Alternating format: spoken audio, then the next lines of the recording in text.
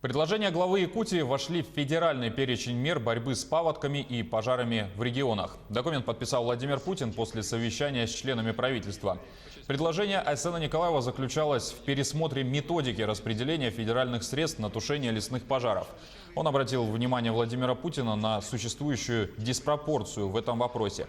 В среднем по стране на эти цели выделяется по 199 рублей на 1 гектар. Красноярскому краю на эти цели выделяется 8 рублей, а Якутии и вовсе 6 рублей 90 копеек на гектар.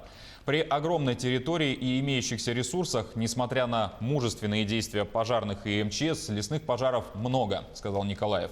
Действующая методика финансирования была принята в 2006 году. Расчеты основывались на плотности населения и освоении лесов. Президент отметил, что необходимо привести методику в соответствие с реальными потребностями регионов. Я поднимал два вопроса. Первый о том, что сегодня средства по субсидии из федерального бюджета распределяются неравномерно. И Красноярский край, и Республика Саха-Якутия – самые лесоемкие, скажем так, лесистые регионы страны, которые в общей сумме у нас свыше 35% лесов всей страны, а получаем мы меньше всех на 1 гектар. Республика Саха-Якутия 6 рублей 90 копеек, Красноярский край 8 рублей.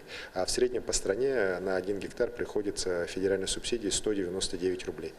Вот. И методика, сделана еще в 2006 году, она устарела.